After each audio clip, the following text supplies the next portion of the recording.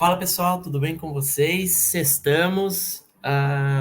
Primeiro de tudo, vamos avaliar aqui o nosso Bovespa, como é que ele se comportou aí, né, nesse dia de hoje, nessa semana, né? Finalizando agora aí, dia 7 de outubro.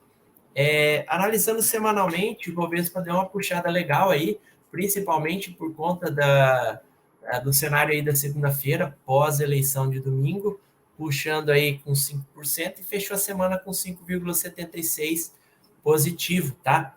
Se a gente voltar para a análise diária, a gente pode ver que ele aparentemente rompeu o que seria essa região de congestão, né? Então a gente tem mais ou menos esse cenário Passa um segundo.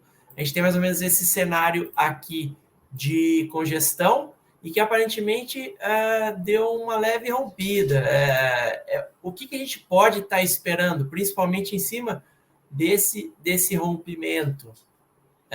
Exatamente que ele venha a fazer. Então, ele rompeu para cima, pode ter vindo testar essa região que ele rompeu, o preço tem memória nesse sentido, para depois voltar a fazer o pivô de alta e ir em busca aí do que seria pela projeção de Fibonacci, os patamares aí de 125 mil, tá, pessoal? Mas obviamente que não de uma vez só, não de uma vez por todas. Bom, vamos lá, vamos analisar os segmentos aí, os índices setoriais, para ver se de fato eles acompanharam o Ibovespa.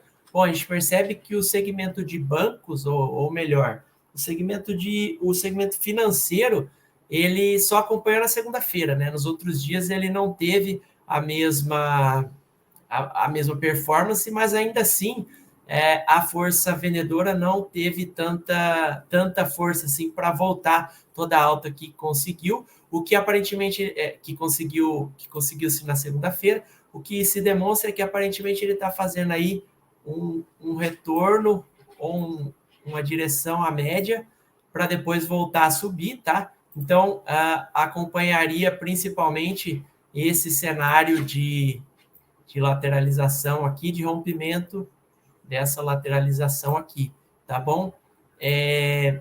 Se a gente avaliar do ponto de vista de médias, a gente já teve aí, deixa eu colocar nesse indicador aqui, a gente já teve aí um cruzamento da média de menor para de maior, que indicaria uma alta, tá? Mas ainda assim, eu acredito que ele pode se permanecer um pouco nesse cenário de lateralização até se encontrar com a média, como eu disse, para depois subir ou se decidir romper a média para baixo, tá? Mas não é o que está indicando o cenário das médias. Então, vamos lá, cenário de índice financeiro aí, aparentemente, numa lateralização natural e normal quando se tem um crescimento. A gente nunca cresce sempre para cima, né? Obviamente que existem aí as variações ao longo do caminho. Vamos lá, índice de consumo.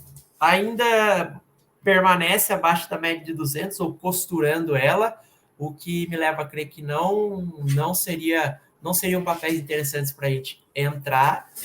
De igual maneira, o índice de energia elétrica, apesar de que a gente tem aí um cenário aparentemente de suporte pela média de 200 períodos, né? Mas ainda assim, vamos esperar a saída dessa consolidação que esse índice e os papéis desse índice se encontram. Bom, de igual maneira, índice de fundo imobiliário continua muito bom, como a gente tem visto aí nas últimas semanas, rompeu novamente essa região de topo histórico que vem aí desde o início de 2020, né? Então, na verdade, um pré-topo histórico, né? Mas, assim, são papéis que a gente tem que ficar de olho, acompanharia, sim, os papéis desse índice. Índice de materiais básicos permaneceria por fora nos papéis desse índice, a não ser que isoladamente a gente acompanhasse um ou outro papel e visse que há uma possibilidade de compra ali nesse cenário. Bom, índice de dividendos. Como eu disse para vocês, é um índice, ou são papéis que eu gosto de acompanhar, como a gente vem projetando. Ele fez um retorno muito interessante aqui.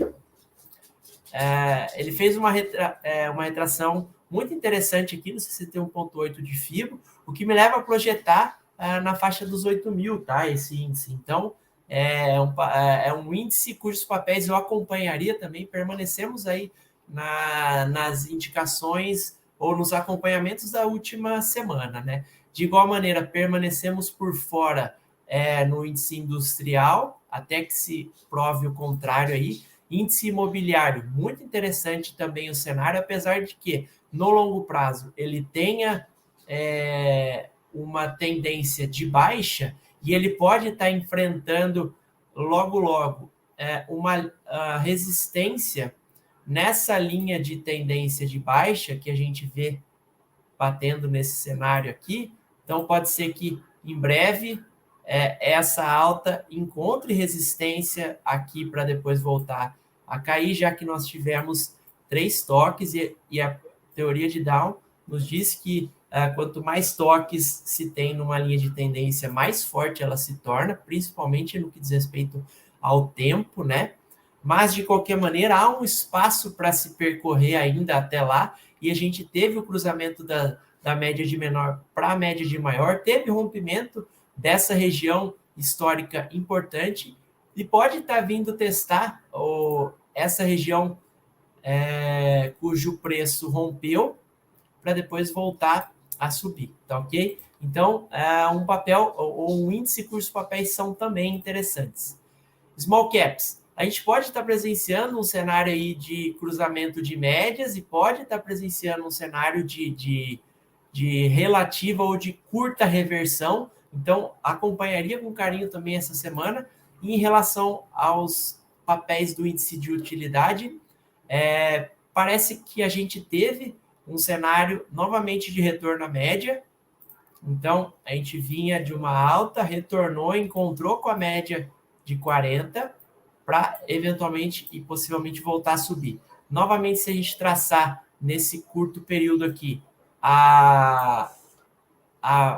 se a gente traçar Fibonacci, a gente tem aqui um cenário de retração em 61,8, cruzando com a média de 40 períodos, o que parece ser uma força interessante. A gente poderia esperar aí um desenvolvimento desse índice aí num cenário aí até 10.000 pontos aproximadamente. Beleza? Ficamos por aqui. A gente se vê na próxima semana. Um abraço a todos.